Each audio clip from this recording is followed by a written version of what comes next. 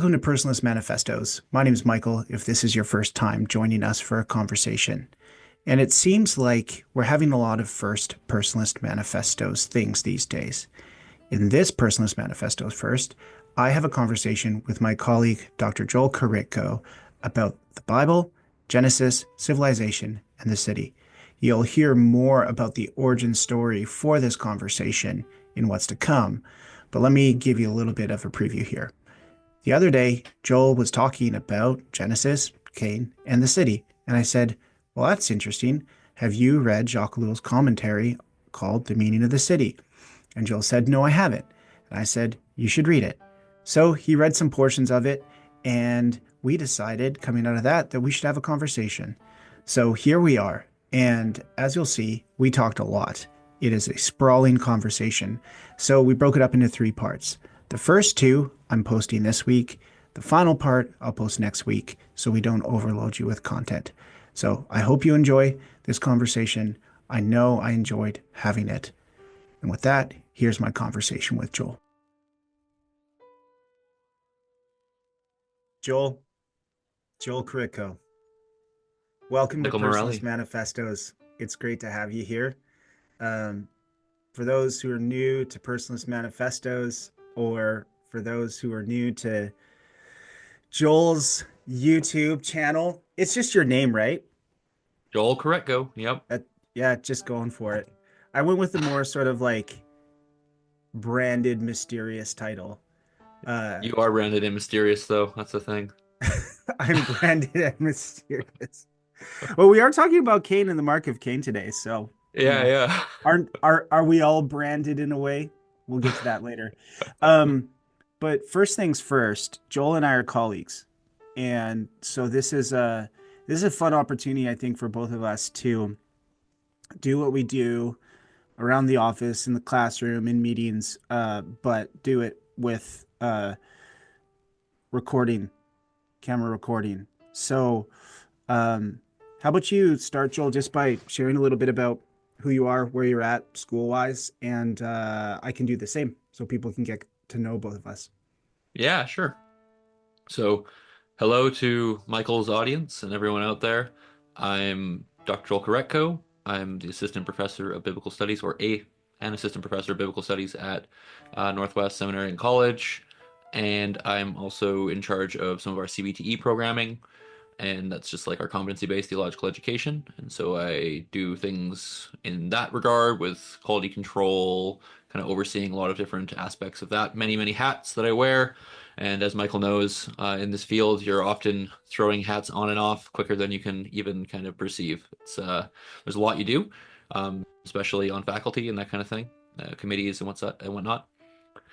Yeah, so that's my role at Northwest. I am also a biblical scholar, and I work particularly in, well, I'm all over the place, to be honest. I don't like being pigeonholed. I really hate it. I'm just very interested in the Bible and how this set of documents works together and interfaces with these documents interface with each other, and the theologies we find in the Bible, the different facets, ways of looking at God and coming together with this kind of these visions of God, and I love it. I love the Bible. I tell everybody, and I usually start most meetings off with people who don't know me and are trying to get to know me, that I'm just a Bible geek.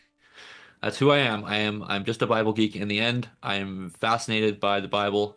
I'm also a Christian, and I'm also committed in that way to a biblical faith. And so, yeah, it's a fascination of mine. My publications focus at this point. It's been a lot of Septuagint. So I wrote a book here, Death of the Covenant Code, Capital Punishment, Old Greek Exodus in light of Greco-Egyptian law, which is essentially just looking at laws in the Septuagint, the Greek translation of the Hebrew Bible, and seeing how they differ from the Hebrew text, and I think in ways that conform with the law at the time, the Greek law at the time, which is a whole other subject that we could talk about one time, Michael. We often Yes. rant about this Oh together. yeah. Yeah. Yeah, yeah, 100%. about how law functions and that kind of thing, and ways that people integrate law into their world. I also focus a lot on the Pentateuch these days. I'm writing a lot on the Pentateuch. A lot of my ideas revolve around the Pentateuch, revolve around a lot of it. I've been thinking a lot about violence, a lot about some of the issues in the Pentateuch, a lot about law especially because of what I did with my dissertation. Other publications are also Septuagint, but I got some Hebrew Bible stuff also in the works currently. And yeah, that's me. But I also teach New Testament, so yeah, He I'm can all over do the it place. all. He can do it all, folks. What do you do for fun? I mean, not that you have a lot of time, but I know that you have a life outside of teaching and scholarship. So what's fun for Joel? What's fun for me? Yeah. I do a lot of, like I said, this is not only my job, but my hobby. So I'm always reading and thinking about Bible. I'm geeking out on various things, various strands of Christian thought and thought about religion. So as much as it's also my job, it's my hobby. So I'm always listening and reading. I follow some stuff online on YouTube, some of the debates and like apologetics and debates in critical scholarship online, that kind of thing, and have my eye there. So that's again, you're asking me not, but the reality is this is very much of what I think about all the time. It's just how my mind works.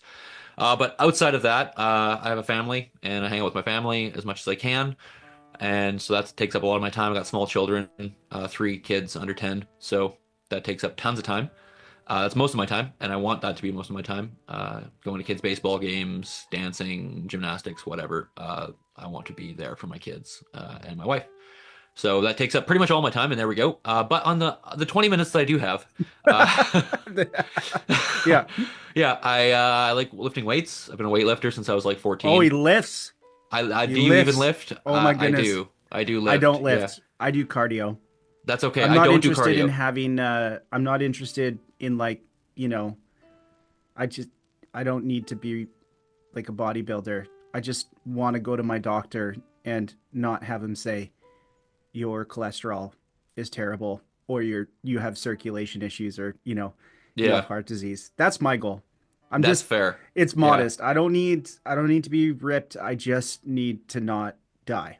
Yeah, no, I'm the opposite. I'm just completely vain and I just want to be that good looking, you know? So incredibly, ridiculously good looking. Yeah.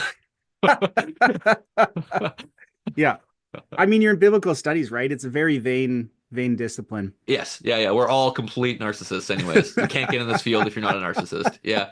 No, I've been lifting since I was, yeah, for a long time. I really enjoy it. I never did sports. I just always just lifted weights as my way of getting exercise. If you do cardio, that means that when the apocalypse comes, you will survive because I couldn't run down my street without being out of breath. So, Yeah, you don't have to run faster than the zombie. You just need to run faster than the person that you're then with. me, That's then my me. strategy. Yeah, Yeah. yeah, and I would lose real quick. So yeah, I lift weights a bit. What else do I do? I have a Scotch collection, so Yes. I hunt Yes, you do. Scotch. Yeah, Yeah. you know. Scotch, scotch, scotch. Yeah. Here And it so I kind goes. of am online hunting scotches. I'm like a nerd in that way. Yeah. Like I actually like search for and enter lotteries to have chances to buy bottles, like all that kind of thing. I'm a total geek there too. Oh man, I like being outside. That's about Yeah. it. Those are the Yep. things I think about. And you hunt too. Oh, I'm a Yep. hunter. Yeah, I Yeah. do hunt. I mean, sorry, there is more, I guess. I'm just trying to be short here because we're Yeah. talking about me It's forever. good. But yeah, I also do tabletop board gaming with my wife. Oh yeah. Oh Yeah. yeah. This will be my last question, then Yeah. we can move forward. But I always say that you can tell a lot about a person based on what class they choose in D&D Oh yeah. or RPG. And for the uninitiated, that's nerd speak for fantasy role-playing games and all that sort of stuff. So, what's your go-to class? Here's the thing, I actually don't have one. I try and change it Oh, you're a every bit of a time. shapeshifter. Okay. Yeah, That yeah. I makes try and sense. change things up because I like novelty. I like to try Right. something new. I like the challenge of something new. Okay. So I can't think of one that I've repeated because there's a lot of classes. Yeah. So I'm basically just running a circle over like 5 to 10 years. Okay.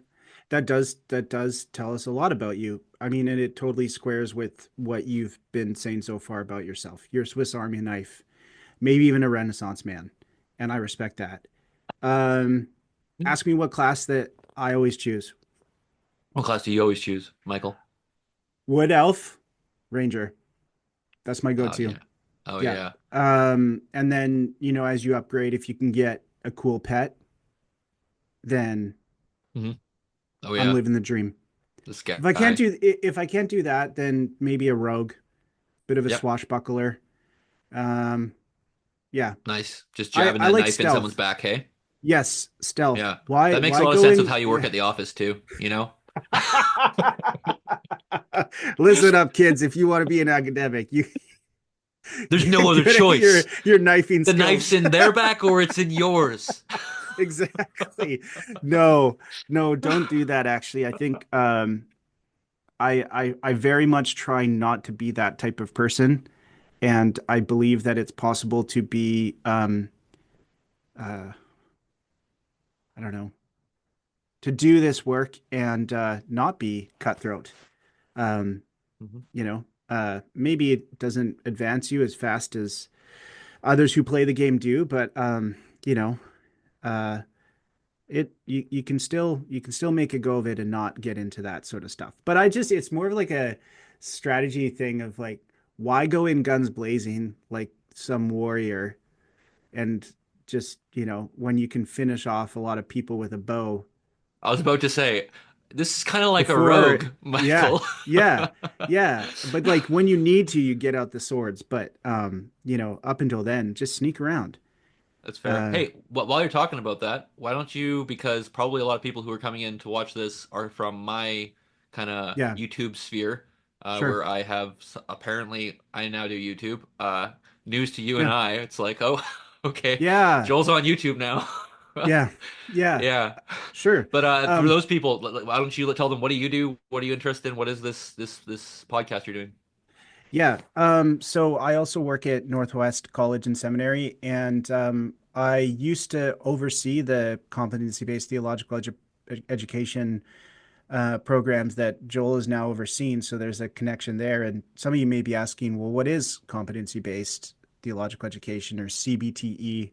And basically, what I tell people is it's a different word for discipleship, or it's a different word for apprenticeship style learning. So we're a school that trains current and future pastors, chaplains, sometimes marriage and family therapy or counselors. But when we're training people for ministry leadership, we keep them in the ministry context. We pull them out of that context every once in a while for instruction in the classroom. But we also surround them with a team of mentors, one of whom's a professor or academic type, but also ministry mentors and such, so that they get the real hands-on experience, so that they're going into the field with experience, not just sort of dropping them in and seeing what happens. But I'm also associate professor of theology and ethics, and now I manage our lifelong learning. And this is kind of a part of the lifelong learning stuff that we do here. Is for quite some time we have focused just on delivering programs, ministry training, and scholarly programs. But now we're in a phase where we're asking, how do we engage with the wider world? Like, there's people out there who maybe don't need to do another degree, but they still want to stay connected with the school. They still want to learn. They still want to be a part of a learning community and grow. And so the work I do in lifelong learning is there to meet that need. Um, in terms of theology and ethics, what I tell people is that I love the Bible, so I am also a Bible geek. I also am a theology geek. I like doctrine, and I think that doctrine should emerge from Scripture. Um, and I also think that spending time within this thing that we call theological tradition, from the formation of the canon to the early church until now, uh, is an ongoing conversation with God in the mix, but also people who are having conversations about the Bible. So I tell people, why bother reading theology? Well, a good theologian is a good reader of the Bible. So if you read a good theologian, they'll help you become a good reader of the Bible. Now, the ethics piece is saying, okay, so we spend this time reading the Bible, we spend this time doing theology. Uh, how does that actually align with what we say we believe, but also how we live? Uh, and if there's a misalignment, why is that there? And how do we realign when we say things like, oh, yeah, two greatest commandments, love God, love your neighbor, um, you know, go and do that. But if we're not doing that, then ethics is there to say, why aren't we doing that, and how can we do that more faithfully? This podcast emerged from the scholarship I do related to Jacques Ellul. He was a French sociologist and theologian. He taught at the University of Bordeaux for most of his life. He wrote a lot after the Second World War. He's most known for writing about technology. He wrote a book called The Technological Society that was pretty big. It received a an endorsement from Aldous Huxley, the author of Brave New World. People asked Aldous Huxley, you wrote this book. It's pretty powerful assessment of like the modern condition in technology. Are there any thinkers that have influenced your work or you would suggest? And he said, Jacques Ellul's book, Technological Society, did in sociological form what I was trying to do in fictional form. So that's pretty cool endorsement. But he also, so that's what he's most known for, but he also wrote sociology, like about politics, propaganda, institutions, disenfranchised youth. And he also wrote theology and ethics, and he also did biblical commentaries. So that's why I wanted to talk to you, Joel, because you've talked before about Genesis and particularly Genesis 4, Cain, the first cities, and so on. And I was like, well, funny you mentioned that because Ellul did a book called The Meaning of the City. And I was like, we should talk about it. You should check out Ellul's work on this. And you said, sure. So we're going to talk about that. The final thing I'll say is what is Personalist Manifestos? It is related to Ellul's work. He was a part of a movement after the war in France, well, before the war and after the war in France, called Personalism. You can read about that on the Substack. But basically, it was restoring the significance of the person in an age when the significance of the person had been lost. So it's not humanism. It's not sort of an abstract ideal, and it's not hyper individualist. It's just saying, what if we recenter considerations of people in anything we're talking about, whether that's politics or theology or whatever. So we have conversations about that, but we also have conversations that are adjacent to personalism in Ellul's work. So what I tell people basically is this is theology talk radio.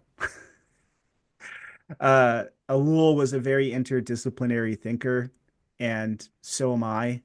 And so this is a space to have interdisciplinary conversations, anywhere from theology, politics, sociology, philosophy, anthropology, and biblical studies. So that's what we're going to do here.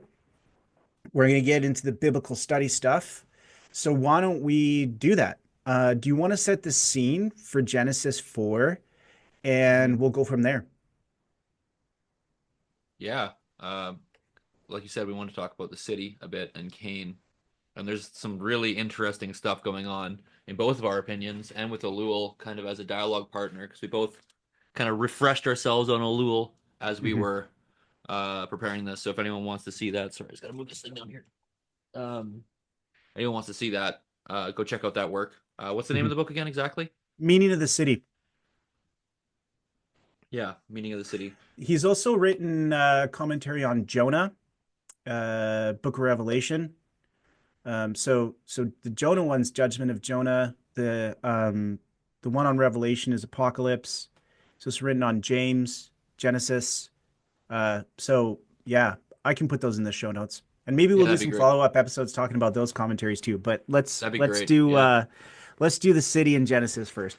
Yeah, I mean, there's a lot here. There's obviously the whole debate of what is Genesis 1 to 11 or even beyond. What is Genesis doing? And so I know immediately people were going to jump to that. Like, well, cool, what's your view of Genesis? What's your view of Genesis 1? What's your view of Genesis 1 to 3? How's that going to, like, it's such a loud space, right? Yeah, I think the way we'll approach it today and the way that I approach this is that this is dealing with like the way I heard a scholar put it once this way and I really loved it. It's like taking an entire worldview and crystallizing it down into a drop and then doop, and that is worldview just the most concentrated form of worldview that you can possibly get is what we get with Genesis 1 to 11 especially. And so it's like the you ever have Crystal Light, that stuff, that juice, like Yeah. from yeah. Like if you know that stuff's so potent, like this in this little crystal form, it's like just if you put it in a little bit of in a bunch of water, just a little bit, just, right? It's Yeah. that. This is the this is the crystal light of the Bible. It is really like everything infused in a very small amount of space. And it's trying to tell a lot in that way. And so it's going to use symbols. It's going to use iconography. It's going to use like all these different things of the ancient world, and it's going to be dialoguing with the ancient world about matters of meaning, matters of origin, matters of function around us as they're looking when this is being written. I'm not going to wade into that debate. I don't think we know exactly when this is being written, but like, what does it mean to be a human, and where did we come from, and what do we do with the things we're seeing around us, and how do we get here? What are the problems? So in that way, I'll use the term, but I don't mean it in a pejorative way, and in scholarship, it's not used in a pejorative way, like of mytho-history. Mhm. So myth in the sense of crystallized truth, crystallized worldview. Because when you use that term, it allows for symbolism. It allows for things to not be a video recording of history, but rather to be again, like this small, like kaleidoscopic kind of thing where you look through, and then it branches out into all of what you see in the world around you through this small amount of narrative. That's kind of how I view it. And so Yeah. then that's how I'm setting it up. I don't know if you have any thoughts on that. Yeah, that's really helpful. Ellul actually talks about this in Meaning the City, and that's another area that he wrote a lot on is myth. But he wrote about it from different perspectives because he says when we're talking about myth, what are we talking about exactly? There's all types of myths. So every age, every culture, every group has myths. So, in order to understand that group, you have to not only be attentive to their myths, but be attentive to the form as well as the content. So, he said, we're talking myth, but Greeks had myths, Romans had myths, and so many other different cultures had myths. And so, we really have to ask the question like, what type of myth are we talking about? So he actually defines in Meaning of the City his understanding of biblical myth.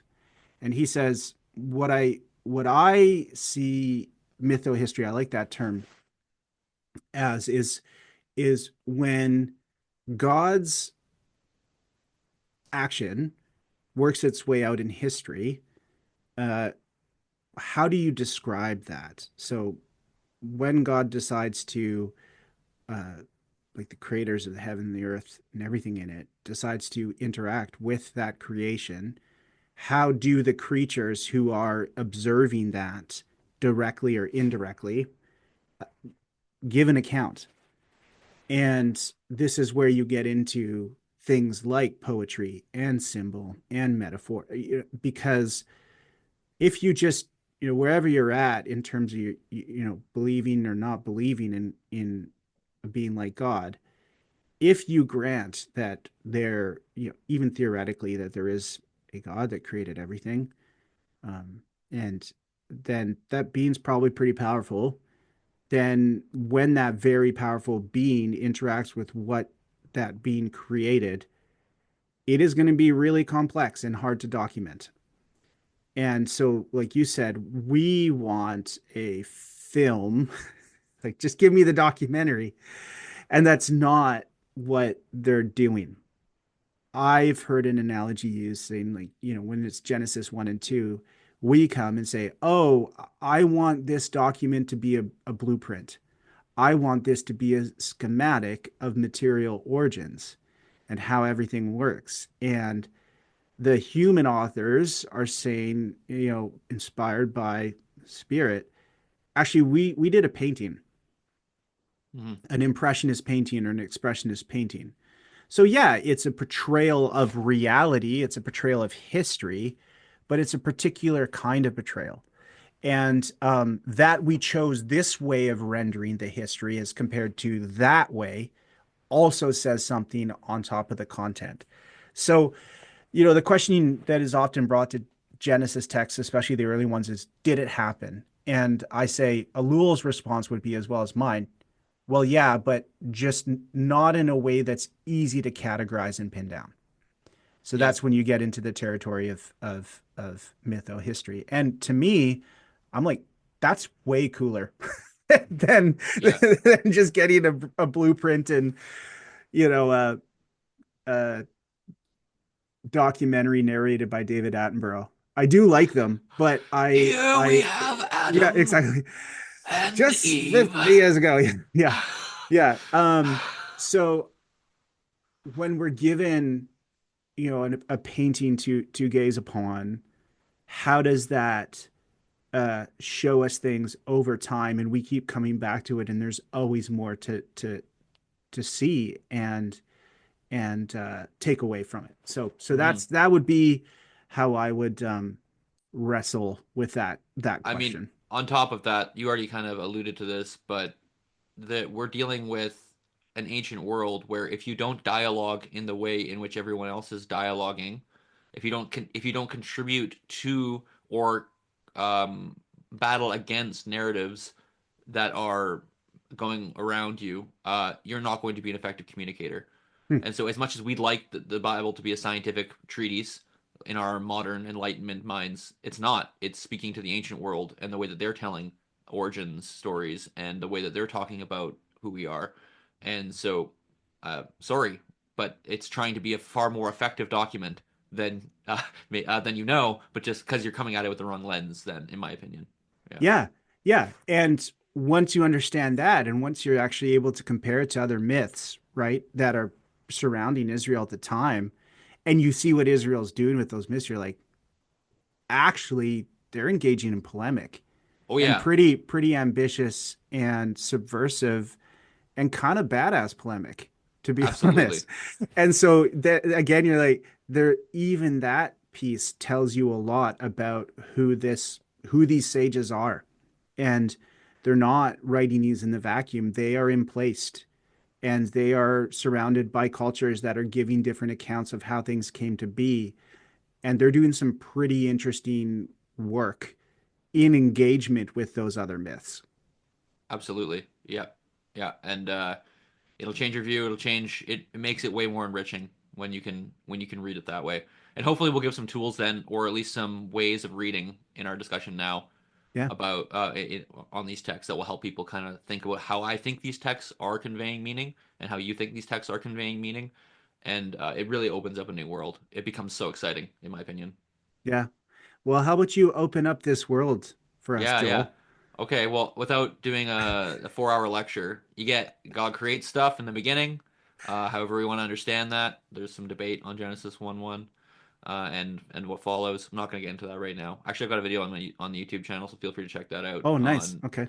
yeah, that video is correcting Cosmic Skeptic and what was the other guy's name? I can't remember right now. On Genesis 1:1 and translations thereof therein thereof.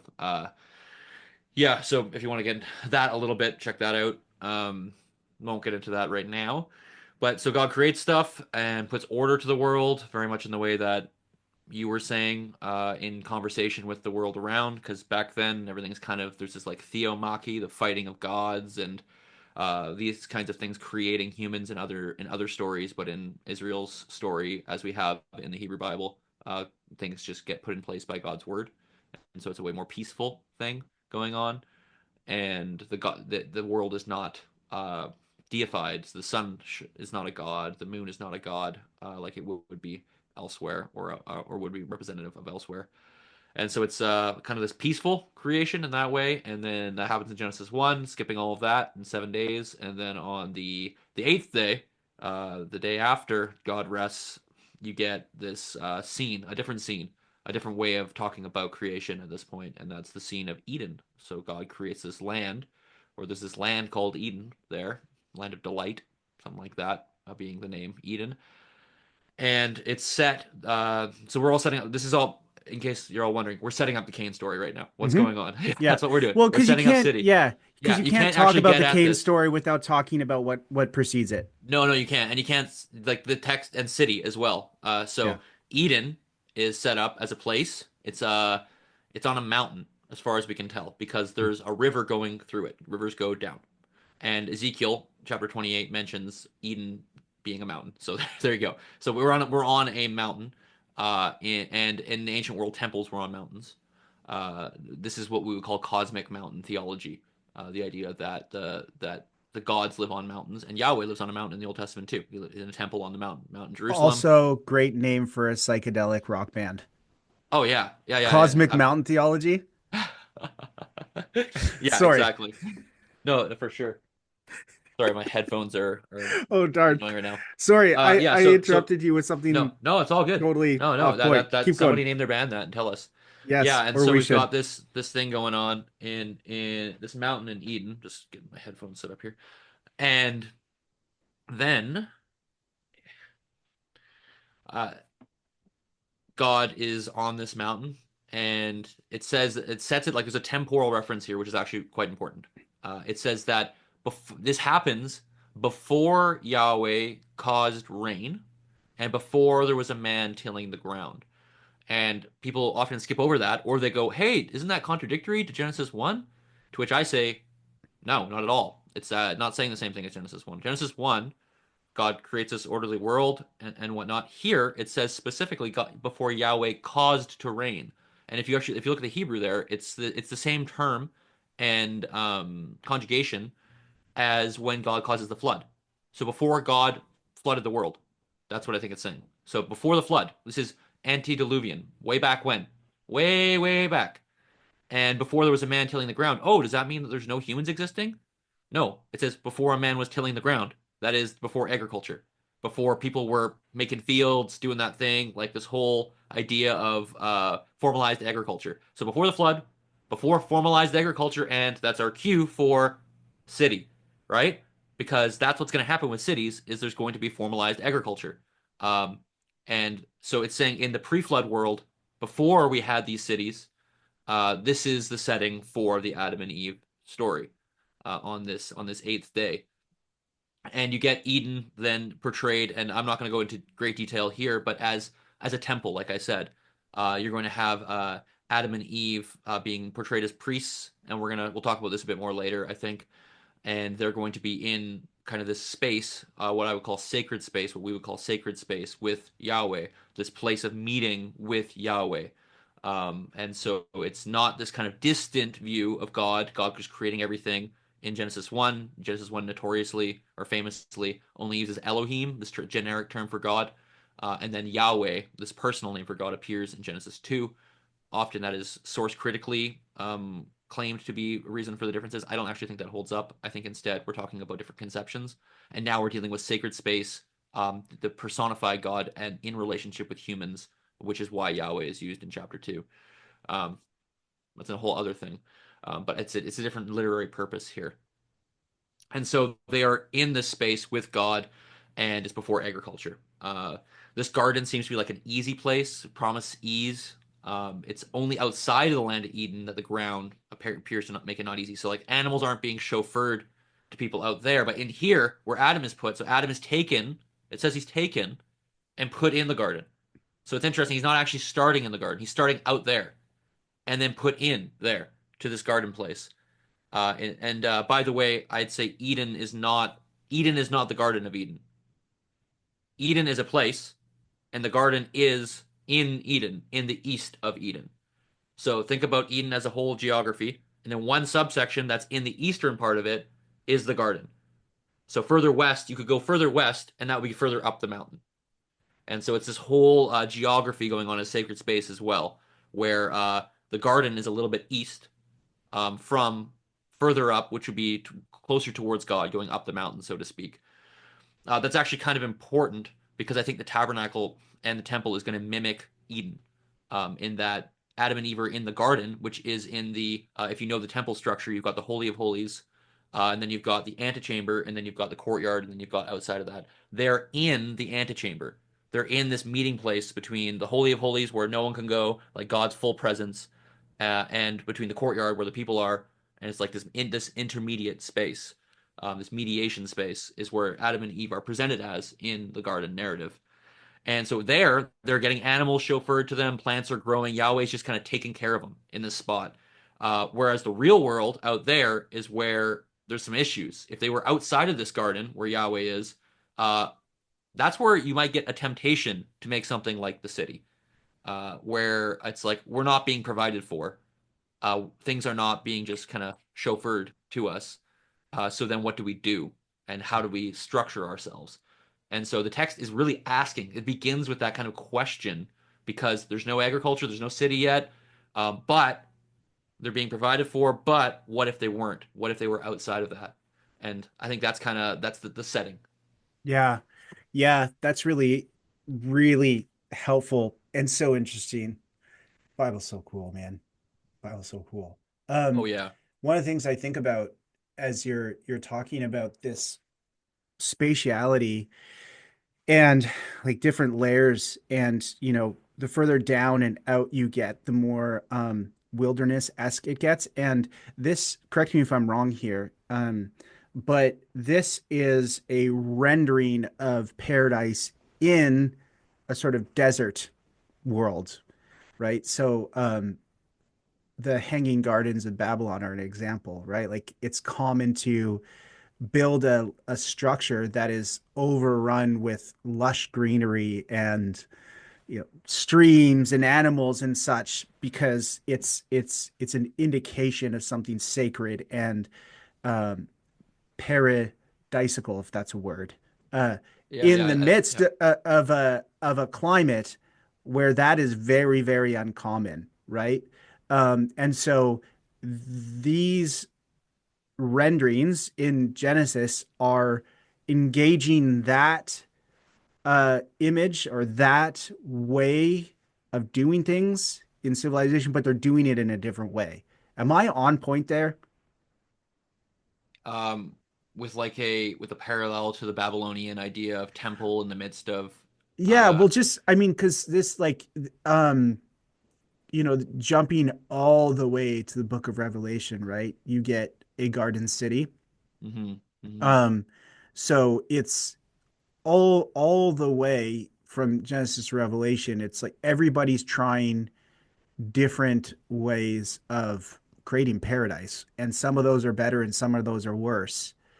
And what we're getting from the Hebrew Bible and then the New Testament is this is God's version, and here's how yeah. this is how we continually get in the way of the paradise that God is trying to give us.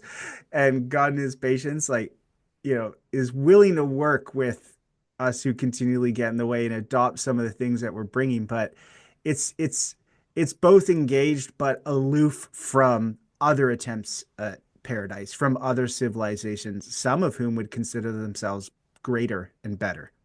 Yeah, no, definitely. And I mean, even the fact that it's a garden is Yeah, opening the question of is having it in a city, is having it in this in these formalized structures and big societies, is that a problem? Because the paradise that God portrays at first is one without the city. And so that's also asking the question because he could have depicted it differently, right? It could yeah, be yeah, like with lots of people and with shops and with formal agriculture and all that, but it doesn't. It yeah. says it's really almost um, like wilderness based or what's the term I'm looking for? Like a wild man kind of view, like an what's Hmm. what? Yeah, I'm trying to think of the word, but it's not coming to me. Yeah, and so it's really like bringing up this idea of almost prehistoric humans, like the humans before we know now, Yeah, and this time before time, so to speak, yeah, is and the value of that even like what yeah. does it mean to have been now be something other than that? We see similar things in like the Epic of Gilgamesh, where Enkidu, like this Adam type figure, kind of like figure, is like a wild man who gets civilized, and there's benefits. How he gets civilized is very different. He sleeps with a prostitute, uh, Shamhat, but yeah, the fact that he goes from the state of wild to civilized and to become like God. Actually, it says he becomes like the gods in this civilizing of himself. But uh, that story, as well as asking questions about what have we gained and lost Yeah. from this, Yeah. and yeah, Yeah. Well, makes me think of Jeremiah, right? Because they're in exile in Babylon and they're told to what? Try and escape as soon as you can. No, they're told actually to settle down plant gardens, and tend to the welfare of the city. And in tending to the welfare of the city, you will do well as well, right? So, but Israel never leaves behind gardening. It just is gardening that takes place in different places. Some better circumstances, some worse. But yeah, it's this thread. I was going to say golden thread, but it's a green thread that continues all the way through. So Ellul stresses what you're stressing here in terms of like pre-civilization, pre-technology, all these things as we tend to think about civilization and technology, because the two are often paired. You don't get civilization without technology, but you don't get technology without civilization. And I would stress this too, that there's actually nothing in Genesis 1 and 2 that suggests that there is technology in the pre-fall creation, because yes, Adam and Eve are told to till and keep in the garden and to be fruitful and multiply, but it also says all the trees freely yield what you need in terms of eating, and all the water's there for you to drink. And So they look there's good too. You don't even have to prune them. yeah, you don't even need to prune them. But sometimes people will read the tilling and keeping and say, well, if God's telling them to do that, plus be fruitful and multiply, well, surely they had, a need for technology. But then there's this element of saying, well, everything is actually hospitable to you. You don't need to actually grow food. You don't even need to prune the trees. So there's a certain like vision of expansion, but how does that expansion actually take place? How does that cultivation take place? I think that we get an indication of it through the first thing that God asks Adam to do, which is name the animals. So he's so God creates the animals and says to Adam, "Hey, I'm going to bring these animals in front of you, and I want to see what you're going to name them." So Adam names them, and also, in those texts, God says, you can eat from any tree; they yield up except for this one. So putting all those pieces together, my reading is that Adam and Eve were meant to till, keep, and cultivate with the word. And there was a responsiveness to creation pre-fall that maybe all that was needed to get the plants to grow, and you know the the garden to expand was just talking and just Mhm. right. And there's all sorts of research. I don't know if it's credible, but that if you talk to your plants or sing to your plants, or you say mean words to a plant or nice ones, like that'll affect its growth. I want it to be true. I really do. But we're post fall now, so it's not in the way that it was before. But That's this interesting though, squares, because I would yeah, connect to God, to being in the image of God, as speaking creation yeah, into being. totally. Like Yeah, the Adam and Eve with their own words yeah, are being mediators of God's presence. yeah, As that's what I think the image is. Like the image is, you are the tangible presence of God on the earth. yeah, You are the breath of God, the idol, the image in which God's breath is breathed into, and then the presence is manifested in the world. That yeah, is what an idol was. But however, Yahweh doesn't have idols in that way that are in his temple, in the Holy of Holies. Rather, he has humans as the image, as the yeah, idol that the breath of God is breathed into, and which then represent the world. So in that role, then they are breathing out and speaking the word of God, like chapter one. yeah, That makes a lot of sense. And just to support you with some biblical studies, is that the only place where to till and to serve, to work and to serve, is used elsewhere in the Hebrew Bible, as far as I'm aware and remember, is in Numbers, and it refers to priestly work. So many people have made that connection where Adam and Eve are being depicted as priests here with working and serving, and I agree with that. I think they're absolutely being portrayed as working and serving yeah, in a temple, and so this is that kind of priestly word oriented yeah, work. Not to mention ritual, but yeah, yes. yeah, yeah. Well, the other piece too that they inherit from God is God sees creation and says it's very good, and this squares with the naming as well. It's not just giving the animal a name in terms of setting up a scientific taxonomy. The Hebrew approach to naming is it's a reflection of your recognition of its being, and Mhm. it's not only an acknowledgement of that being, but it's also an anointing or a bringing forth of that in a way, right? And Yeah. so again, there's this inheritance from God in terms of like the word, but also this recognition and declaring something good. Yeah, Um, absolutely. And like it's yeah, not, yeah, again, not just taxonomy. It's involving them in the act of being the image, the yeah, representative of God, because you are now doing what God did in chapter one by naming, by saying out loud, this is that. Let this be this, let this be that, let this be that. They are co-regents in that way. They are participating with God in the formation and care and characterization of the world around them, which I think is again all priestly, again all related like to what you're just saying. It's a priestly ministry that they're being yeah, depicted in, regal as well. yeah, yeah.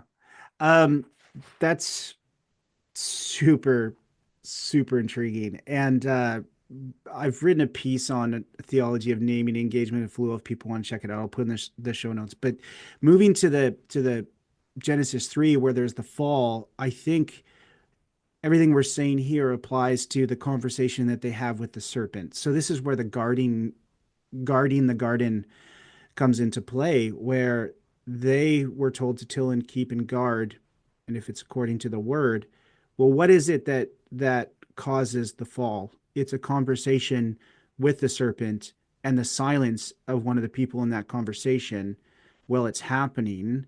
That leads to the fall, right? So the serpent says, did God really say that? And even if he did, um, you're not going to die. God just doesn't want you to be like God. So that's why he's telling you not to eat from the tree of knowledge of good and evil. And Eve says, we're not supposed to eat from it, but we're not even supposed to look at it or touch it. And that she gets into a procedural kind of debate, a legalistic debate, as you were. And Adam, we find out, is quiet the whole time. And so they're both implicated in this sort of failure to guard the word, but in different ways. Whereas Eve is adding too much on, Adam's not saying anything at all. And so then they eat the fruit, and the rest is tragic, fallen history, as they say. But what do you make of that? Well, yeah, no, for sure. This is the origin of halakha, which is the this Jewish idea of like legal debate, how to properly interpret God's word and walking in His law, which you have famously. I mean, it's in the Old Testament, it's in the New Testament, it's in rabbinic post-biblical literature, intertestamental literature for that matter. But yeah, it's like, how do you do this? To what degree? And Eve is trying for one halakhic response, which is like, hey, let's be a little bit more tight here on this. Adam is going for the absolute opposite, and the snake is also going for their own. So it's like it's the original Bible study. Yeah, yeah, What do yeah, we do? This is what he said. What does it mean? yeah. Totally. Yeah. Yeah. And for those listening or not listening who just want to blame it all on Eve, the text won't let you do that. Oh no, not at all. No. Yeah. Yeah, I mean, I think Paul riffs on this in pastoral epistles, First Timothy 2, when he says that like that Adam was formed first, not Eve, and I think he's ruminating on how like, hey, Adam was had a longer time there to think about this, yet still failed. Adam had a greater responsibility with more time with the word, yet failed. Yeah. So I think that's even inherent, perhaps, in the subtext of what's going on here. Yeah. Wait, wait, wait, wait. So you're saying Paul is not a patriarchal misogynist, Joel? Oh no, no, no, no, he definitely is. No. Oh, okay. Whew. I was scared Yeah. for a second there because I thought I was going to lose all my proof text Oh yeah. for No, being no, a yeah, no, no, I a actually like raging Paul. patriarchal Yeah. misogynist myself. By the way, for those who can't tell, we are being sarcastic here. Joel and I like to be sarcastic, Yes, we just do. a little Bible humor, but also we also want people to like a lot of biblical scholars know the real Paul. Yeah, Um, I really like Paul, by the way. yeah, I know a lot of he's a people cool don't. guy. Yeah, I like Paul. I feel like we would vibe if we were hanging out. Well, yeah, I mean, he's probably even more like mystic than I am, and I'm already pretty mystic. So, yeah, yeah. Well, I mean, it's just this is kind of hermeneutics 101, but it's like just we always have to watch what we're bringing to the text. Like if Oh we yeah. assume certain things about somebody like Paul, or we assume certain things about Genesis, then we're gonna have that bias confirmed. But if we are open to being surprised that maybe there's more there than we previously thought, uh, that often happens. There's more than we actually think. Um, Yeah. okay, Just so by the way, if anybody's yeah. hearing some background noise, I don't know if it'll come through on audio through my mic. I got a good mic, but I hope it's not picking up. There is some noise behind me. So sorry if that is coming through on anyone who's listening to this later on. Hopefully it'll stop pretty quick. I can't control it at the moment. I So don't hear it. This is all okay, right. good. Is it your, what is it? It's a What's the, laundry machine. look, Yeah. see, look at you go, right? Just getting the Yeah. chores done and talking Bible. Absolutely. That's basically my life. Yeah. Okay. It's a good Let's life. move it. Yeah. It's a good life. I am not complaining. Yes. Okay. Well, tell us. Yeah, it is. It is good life here. Okay. So the So should we get garden. a bit more into some city Yeah. here? Yeah. Tell me about the garden. And Yeah, then yeah. let's get into we've really sort of done the groundwork of setting the scene. So now let's get to Cain. What happens Yeah, yeah. after the fall and Yeah, well, I Adam and mean, Eve and Cain? there's a bit more I think we can do here because in the garden we're gonna get like a motif going on and Yeah. some wordplay. Yeah. So for all y'all out there who are like, how does Joel think about the Hebrew Bible? You're about to see this is how I think about the Hebrew Bible. Is this how everybody thinks about the Hebrew Bible? No. However, this is a strand of scholarship. I would direct you to people like David Andrew Teeter, um, William Tuman, on like how these narratives are telling stories and it is very much based in literary design, in wordplay, in symmetry, in repetition on a theme, but then breaking from the theme, like all this. One of those things is wordplay. I think wordplay is going on here. So in the garden, you have God makes what's often translated a helper. I like the idea of more like a strong ally. I think that works better. An azer. He makes Eve as an azer for Adam. Okay, when you read this word in Hebrew, it just I'm not going to get into any of the logistics. It just looks a certain way. It's three letters that look a certain way. So then there are people who argue that there's a wordplay that's going to start going forward from here. So he makes an azer, a helper, and then we're going to see that uh, Cain is going to get a sign put on him, an oat. And the azer and oat actually look relatively similar in Hebrew. And then also Cain is going to build an ear. And ear and azer also look very similar. And so there's going to be this play on what God builds for humans and what Cain is going to build for himself. So God is going to build, the word is build, bana in Hebrew. He's going to build the azer. And that's actually weird terminology to use to build an azer, but it's because it's riffing on what Cain is going to build. And Cain is going to build an ear, and they look very similar, almost the same. And so the text is going to be kind of giving a picture um, that God is giving this help and a sign to protect, but Cain ignores those and he builds instead a city for himself. And Cain doesn't even acknowledge that God gives him the sign in the story. He doesn't acknowledge, like you said, his wife in the story. It's like the narrator is going to press us to see him as disregarding the importance of these things in order to build something for himself, which is going to be the city. So you got a Yeah. tale of two buildings: the building of a person, an Azer, for humans, for the man, and then the building of a city, an ear, for Cain.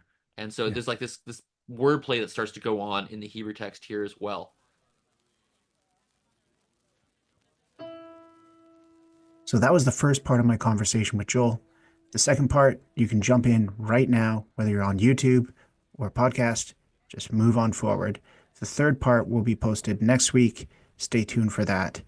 And if you want to follow this show, it's personalistmanifestos.substack.com. And you can check out Joel's channel on YouTube. It's just at Joel Korytko. I'm not even going to try and spell it because you won't remember it. Just check out the show notes. You'll be able to access it there. And until our next conversation, keep on contemplating revolution.